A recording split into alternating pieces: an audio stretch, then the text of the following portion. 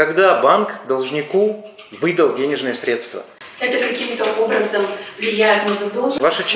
Ваша честь, прошу вас объявить замечание представителю ЮССА и разъяснить, что она не вправе задавать мне вопросы, когда я задаю ей вопросы. И более того, она обязана отвечать, либо отказаться от ответа. Не надо со мной в пререкание вступать. Значит, на сформулированный вопрос, еще раз повторите, пожалуйста, Да. будьте добры ответить. Вам повторить? Я ответила вопросом на вопрос. Я ответила вопросом на вопрос.